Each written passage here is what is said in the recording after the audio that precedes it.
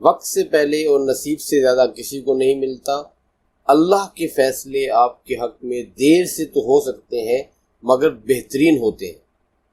کبھی کبھی ہمیں یہ لگتا ہے کہ زندگی میں سب کچھ بہت دیر سے ہو رہا ہے، کسی کی نوکری لگ گئی، کسی کا کاروبار چل پڑا، کسی نے اپنا گھر بنا لیا، اور ہم سوچتے رہتے ہیں کہ ہم وہیں کے وہیں کھڑے، اور ذہن میں یہ سوال اٹھتا ہے کہ یا اللہ ہماری باری کب آئے گی؟ مگر حقیقت یہ ہے کہ اللہ کی گھڑی ہماری گھڑی سے بالکل مختلف ہے۔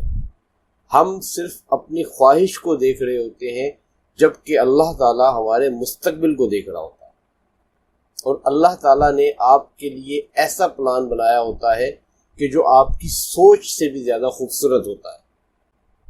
یاد رکھیں، کوئی درخت ایک دن میں پھل نہیں دیتا، سورج اور چاند اپنے وقت مقررہ پر نکلتے ہیں، بارش بھی اپنے وقت پر ہوتی ہے، یعنی ہر چیز کے ہونے کا ایک وقت مقرر ہے۔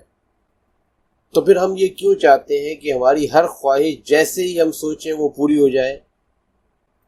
یاد رکھیں، جو چیز آپ کو وقت سے پہلے مل جائے اس کی قدر نہیں رہتی، اور جو چیز اللہ آپ کو وقت مقررہ پر عطا کرتا ہے وہ آپ کی زندگی میں سکون بھی لاتی ہے اور خوشی بھی۔